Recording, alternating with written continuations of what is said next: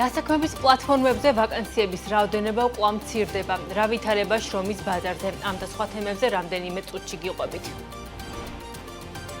2024 წელს საქართველოს მოქალაქეობა 1592 ადამიანს შეუწყდა, მათგან 50%-მა რუსეთის მოქალაქეობა მიიღო. ირაკლი ღარიბაშვილი პოლიტიკიდან წავიდა. უკვე მეორედ მისი თქმით, ის ახლა საკუთარ თავს კერძო სექტორში ხედავს. პირველ კვარტალში თბილისის სასტუმროების საშუალო დატვირთვა 40%-ზე ნაკლები იყო. საშუალო დღიური ფასი წლიურად $88-დან $82-მდე შემცირდა. ამერიკის შეერთებული შტატები ეგრეთ წოდებული სამშობიარო ტურიზმის პრაქტიკის წინააღმდეგ ზომების გამკაცრებას გეგმავს. სახელმწიფო დეპარტამენტში აცხადებენ, რომ ვინც ტურისტულ ვიზას ბავშვის ამერიკაში გასაჩერად გამოიყენებს, მომავალში მოგზაურობის უფლებას ვეღარ მიიღებს. აზერბაიჯანის რკინიგზაში ფიქრობენ, რომ ბაქო-თბილისი-ყარსის რკინიგზით ნავთობპროდუქტების გადაზიდვა შესაძლოა წელსვე დაიწყოს. მოგესალმებით, ეს BMG-ია, რეგიონის წამყვანი ბიზნეს მედია სააგენტო, მე ნუცა შუბაშვილი ვარ და ეკონომიკისა და ბიზნესის სიახლეების შესახებ გიყვებით. ეროვნულმა ბანკმა მარტში საერთაშორისო სავალუტო რეზერვები $101,700,000-ით შეავსო. იანვარ-თებერვალში BMACH პლატფორმით წმინდა შესყიდვა არ განხორციელებულა, ხოლო მარტში ამ პლატფორმის საშუალებით წმინდა შესყიდვა $101,700,000 იყო. როგორც ცებში აღნიშნავენ, სავალუტო ბაზარზე არსებული ვითარების შესაბამისად საერთაშორისო რეზერვების შევსებას განაგრძობენ. ცნობისთვის 2025 წლის მარტის მდგომარეობით საქართველოს საერთაშორისო სავალუტო რეზერვები $76,800,000-ით გაიზარდა და $4,300,000,000 შეადგინა. ამ ცრის მიუხედავად 2024 წლის მარტთან შედარებით საქართველოს სავალუტო რეზერვები $466,000,000-ით, ანუ 10%-ით არის შემცირებული.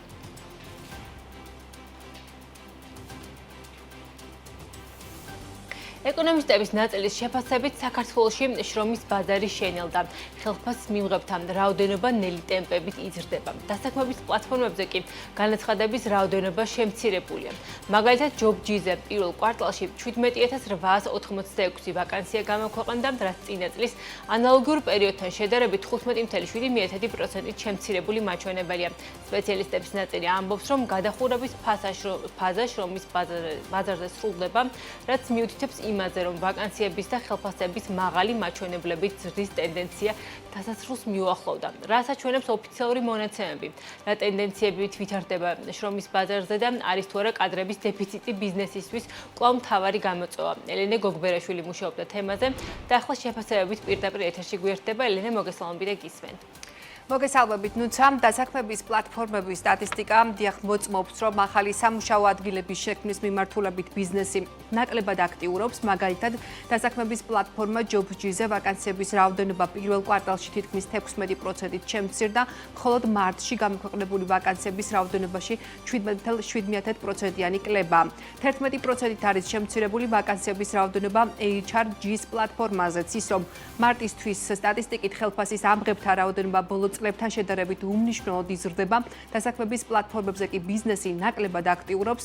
ეკონომისტ გიორგი ხიშტოვანისთვის ეს სიგნალია იმის, რომ შრომის ბაზარი, რომელიც იყო ძალიან აქტიური და რაღაც ეტაპზე გადახურებულიც კი 2023-24 წლებში შენელდა, ახალი სამუშაო ადგილების შექმნა კი დაქირავებით დასაქმებულებისთვის აღარ ხდება, რაც ბიზნეს სექტორის დინამიურობაზე და თავშეკავებულობაზე მიანიშნებს. ამ შემთხვევაში უფრო ნაკლები კლება იყო, დაახლოებით 11%-ზე ვსაუბრობთ. აპრილის თვე უფრო აქტიურია, მიუხედავად იმისა, რომ თქვა დადგომების პერიოდი დაემთხვა და ბევრი დღესასწაული, მაინც ტრენდი მცირედით მეტ გვიჩვენებს, ვიდრე იყო მარტის თვეში. მარტის თვეში 4,154 განცხადება დაიდო, აპრილის თვეში ამ ტრენდით დაახლოებით 4,500-მდე ვაკანსია გამოვა ჯამში. რაც გვაძლევს შესაძლებლობას, რომ ვთქვათ, რომ წინა თვესთან შედარებით დიდი მატებაა. თუმცა ახლა წინა წელს რომ შევადაროთ, წინა წელთან შედარებით მაინც ტრენდით გვაქვს კლება, 7%-იანი კლება არის. 25 წლის მარტში 24 წლის მარტთან შედარებით მხოლოდ 0,3%-ით არის გაზრდილი ხელფასის მიმღებთა რაოდენობა.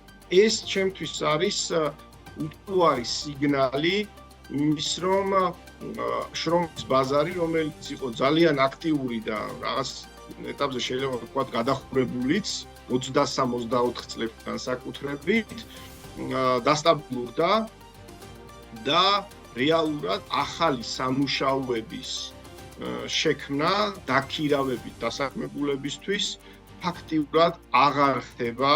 ვაკანსიების რაოდენობაც შემცირებულია თითქმის 12%-ით, რაც ასევე ადასტურებს იმ ვარაუდს, რომ შრომის ბაზარი შენელდა და რეალურად ახალი სამუშაო ადგილები არ იქნება.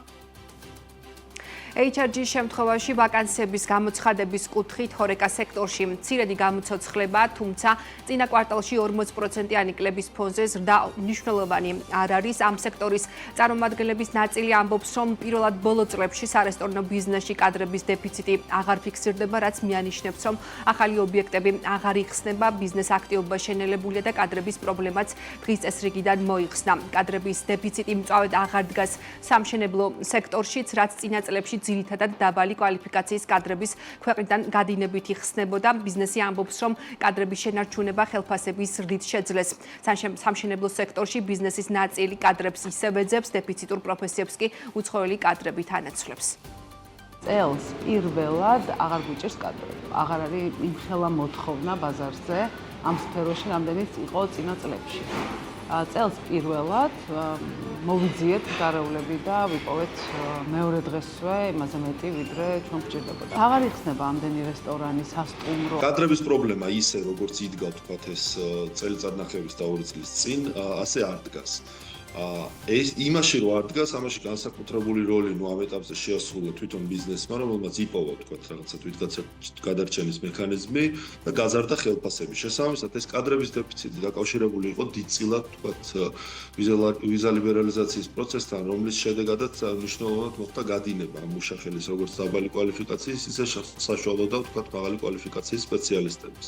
შესაბამისად, ამის დასაბალანსებლად ჩვენ თავის დროზე მნიშვნელოვნად გავზარდეთ სახელმწიფო ბიუჯეტი და ამით მოხდა დაკავება თქვათ ბჭყალებში ამ ჩვენი მუშახელის. რა თქმა უნდა არის კადრების ნაკლებობა, განსაკუთრებით შემიძლია აღვნიშნო საინჟინრო მიმართულება, რადგან მოგეხსენებათ ბაზარზე მოთხოვნა დიდია როგორც თბილისში, ასევე აჭარაში. იქიდან გამომდინარე, რომ ქართულ ბაზარზე რეალურად ეს დანაკლისი არსებობს, ბაზარზე ომის შემდგომ ძალიან გახშირდა როგორც უკრაინელი, ისე რუსი, ბელორუსი, სხვადასხვა ინჟინრების შემოდინება, რამაც გარკვეულწილად მოახდინა რაღაცა კუთხით დაბალანსება ბაზრის. ჩვენ გვაქვს დაახლოებით 50-ზე მეტი ვაკანსია დღეს, რომელიც ღია გვაქვს და ვეძებთ სხვა ტიპის ადამიანებს.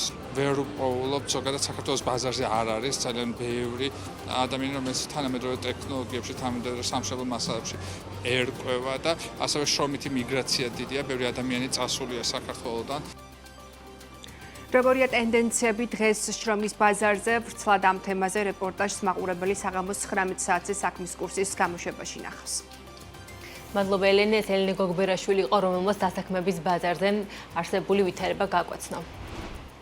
ჩვენ კი ვაგრძელებთ გამოშვებას. პირველ კვარტალში თბილისის სასტუმროების საშუალო დატვირთვა 40%-ზე ნაკლები იყო. საშუალო დღიური ფასი კი წლიურად $88-დან $82-მდე შემცირდა. გალტენ ტაგარტის ტურიზმის ბაზრის მიმოხილვის მიხედვით შედარებით უკეთესი ვითარება იყო ბათუმის სასტუმროებში, რომელიც ემყარებოდა ისრაელიდან ვიზიტების მკვეთ ზრდას. საშუალო დატვირთვა ბათუმში გაიზარდა თითქმის 50%-მდე, გასული წლის ანალოგიური პერიოდით 40%-დან, საშუალო დღიურმა ფასმა კი მიაღწია $78, რაც აღემატება 2024 წლის $75.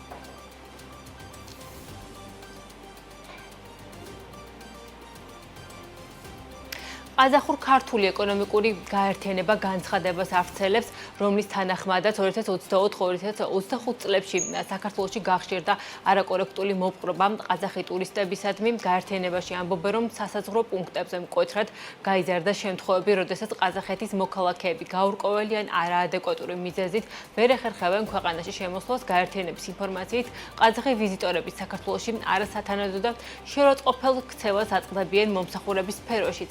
ის რომ ყაზახეთის მოქალაქეებს საქართველოში საზღვარზე პრობლემები ექმნებათ, ადასტურებს ყაზახეთის საპატიო კონსული საქართველოში ირაკლი კაკალაძეც. მისი თქმით, პირველ კვარტალში ყაზახეთიდან შემცირებული ვიზიტები სწორედ შექმნილ ვითარებას უკავშირდება.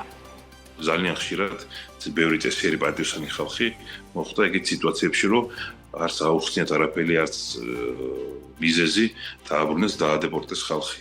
ზოგი აქ ქორწილის გადასახადად ჩამოდის ზოგი, ბიზნეს ტურიზმით ჩამოდის ზოგი. ჩვენი პარტნიორია, მეგობრებია, ჩვენ პირადი შემთხვევები ბევრიც გვაქვს. ყველაზე დიდი პრობლემა არის ეს დეპორტი ხალხის. სტატისტიკა გვაქვს, მოკლედ ამ პირველ კვარტალში ტურიზმი დაეცა, იმიტომ რომ ძალიან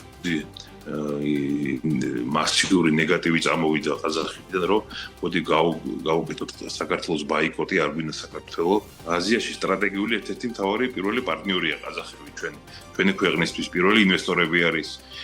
ტურიზმი 2022 წელს მერვე ადგილზე იყო, რაოდენობით ათეულში შედიოდა ყაზახეთი. ასეთი იყო ამ დროისთვის საქმის კურსი, მე გემშვიდობებით, თქვენ კი წინ გაიგეთ შემაჯერებელი გამოშვება ანა ლაპიაშვილთან 19 საათზე.